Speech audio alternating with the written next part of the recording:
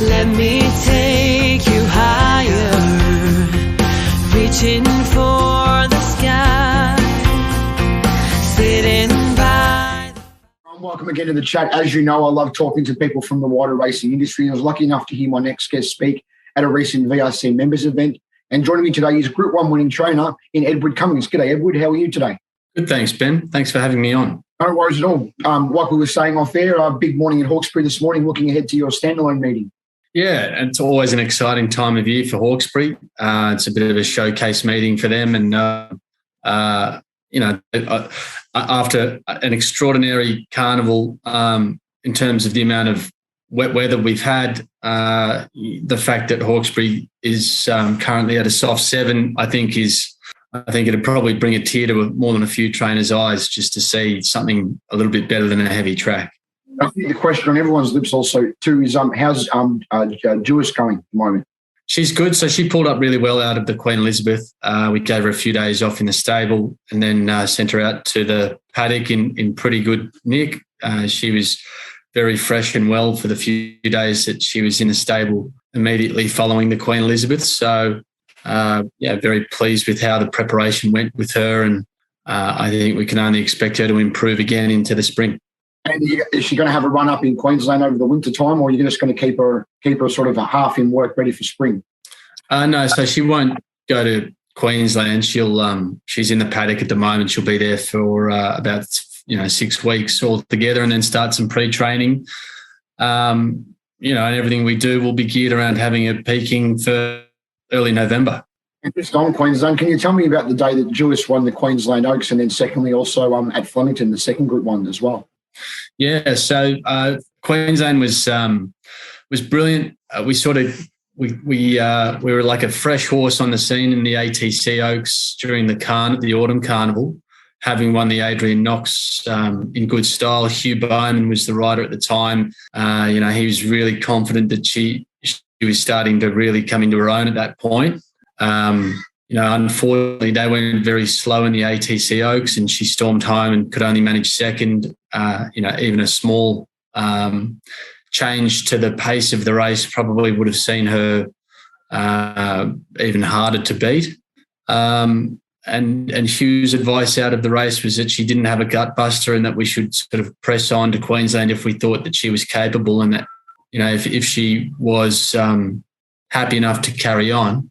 It was a pretty interesting sort of 7-week period, tossing up, how she was going, whether we needed to give her another run, whether we could go straight in. But we got there on the day. Honestly, I couldn't have been any more confident how she was. There was nothing really there out of the lead-up races in Queensland that was worrying me. And she'd had a gallop 7 days prior on the course proper at Eagle Farm with Hugh in the saddle, and I think we were all really confident after she put in a really nice piece of work there 7 days out. And it was like just waiting for the clock to tick down to the time for her to shine. And it was sort of like a fait accompli to a large extent. I'm not sure if many people have had a similar experience, but as far as Group 1 races go, we really couldn't have been any more confident. The Australian Cup was the second part of your question. Yeah, of course. Yep. Little bit similar, I've got to say. She's such a talented filly, such a talented mare. We were just like licking our lips after the Chipping Norton, where she was clearly unlucky. It was at that stage that I thought we'd really sort of be in business, and she just handled everything really well. It's always a little bit iffy. We had such poor weather. She had to get through, some pretty trying mornings, where, a lot of the course was underwater. But she just took it all in a stride, just wanted to get on with it. The work that she put in about 7 days out just before she left for Melbourne was easily the best of her life at that point. Just getting her down there in one piece was the main thing, keeping her happy throughout that week. Just that whole 7-day period couldn't have gone any better. And on the day we just, it was one of those scenarios where we weren't sure how the speed was going to turn out. Was there going to be good speed or no speed? Did she need speed?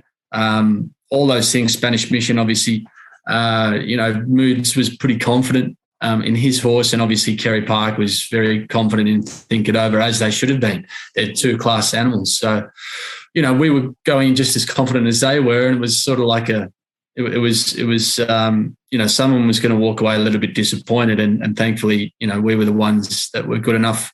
I think she really stamped herself as a really high-class mare in that race. And, I thought that she could win, but, when it happens and obviously, the rush of emotion sort of floods through you, it's a very unique feeling. I talked about it a little bit after the race in my acceptance speech. Even more so because of what my grandfather was able to achieve and the recent history with my dad and my brother not quite being able to win the race. It was obviously a really special achievement for, a training stable that's really only just started and only just formed. We've got 20 horses in work and we're sort of on the big stage and winning Group 1 races as we like. It's a bit you have to pinch yourself. Bart gave you? Be a detective. My grandmother used to say it as well, it's just one of those things. You've got to be in tune with your animals. You've got to be in tune with what is going on in the world around you, to best sort of place your horses, place your people, have the right team around you. You've just got to have a really keen eye and sort of sixth sense, I guess. Some people call it like an emotional intelligence, for what's going on around you and understand where you fit at any one particular time and like how you think you're going to best be able to improve where you are to where you want to be. Being a detective means picking up on lamenesses before they become greater issues with horses.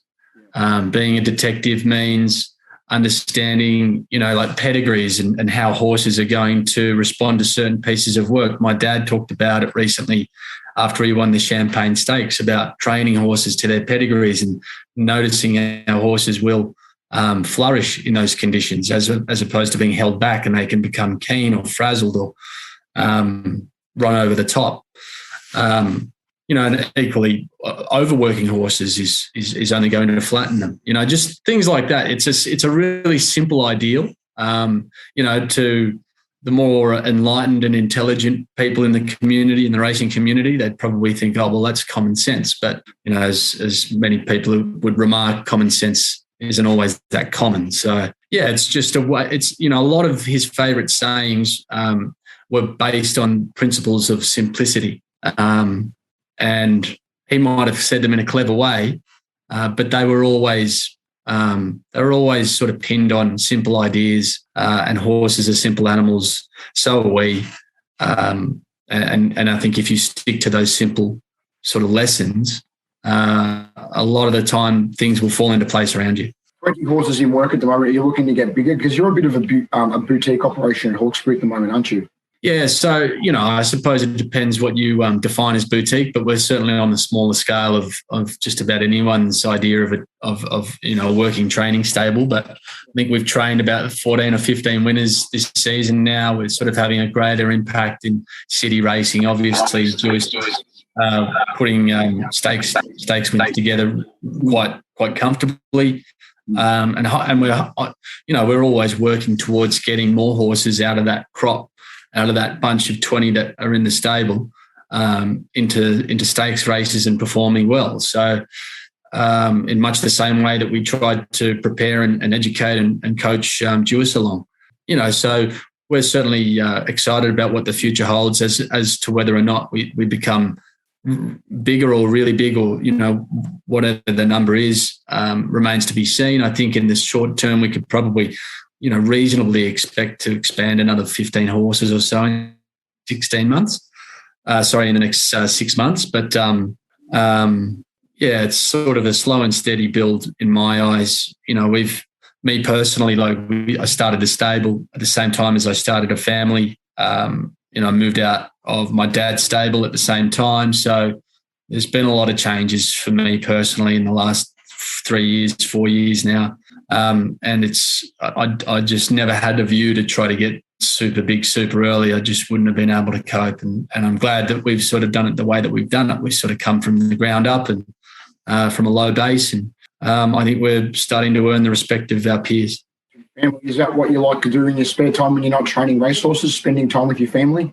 Absolutely, yeah. It's a really hard industry. You've got to really devote a lot of time and energy and effort into it. And I'm incredibly lucky that I've got a very understanding wife in Sarah, who works full time as well. So we're hard workers. We're trying to make a living for ourselves and a living for our little family. And certainly from my side of things are going very well. And I know, like Sarah's, she's doing an amazing job, in her line of work. And I think we've got two smart little kids. So everyone's pretty happy.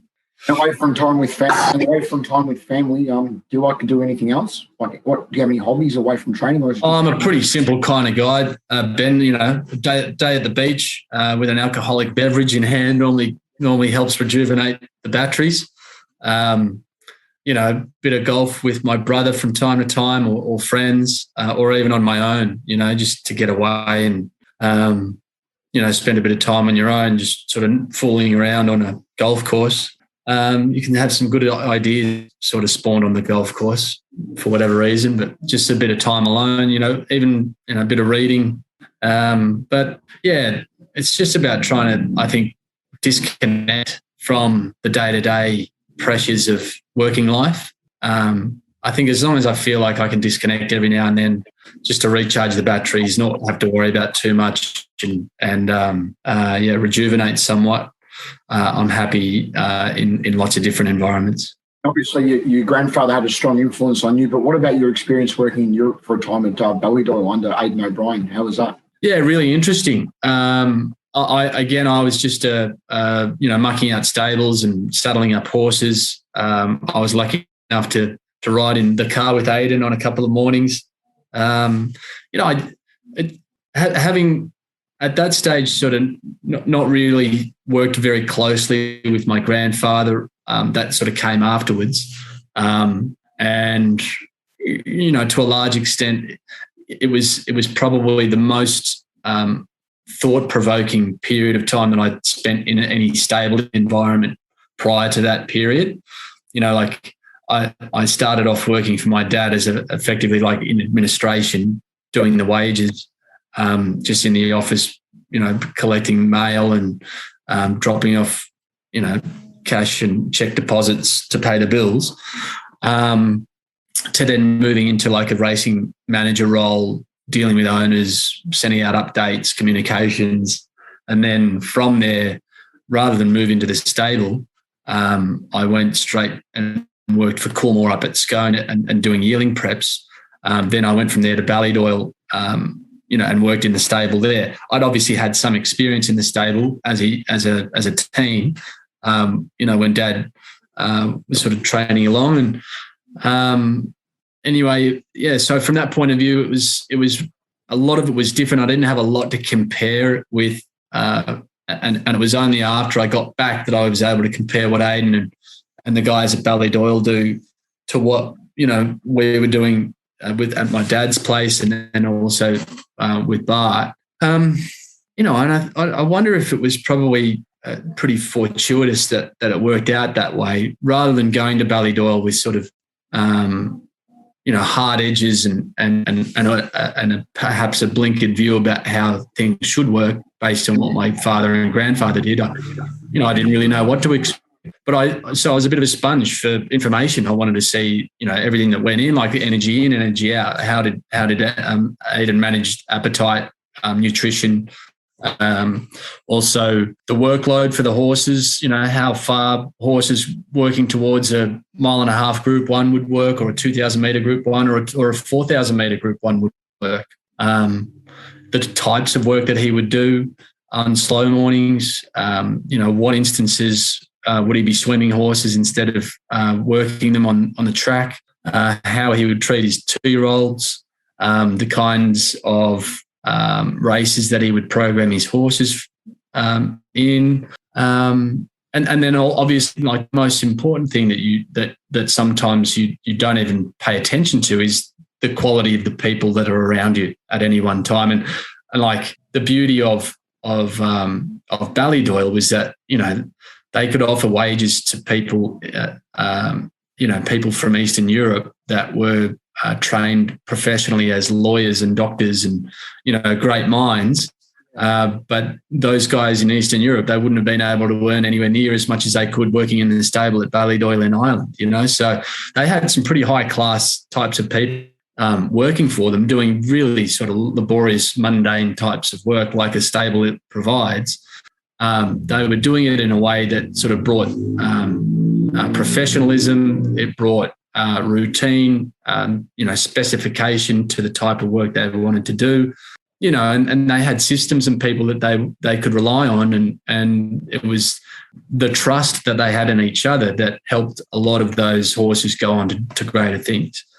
You know, and Aidan was obviously at the top of the tree there, and you know, there aren't too many superlatives that haven't been mentioned about Aidan, and I would only be repeating them. But you know, so from that point of view, it was a really great learning experience. I feel like I sort of got what I needed after a short period of time, and I must admit I was feeling pretty homesick. So not helped very much by having broken my foot while I was over there. I came home and you know, once the foot mended, got back into the stable at Dad's, and then eventually took over as foreman, and sort of everything moved on from that point into the training partnership for a couple of years, and then left after Skyboy had won the Villiers, and then started the journey on my own.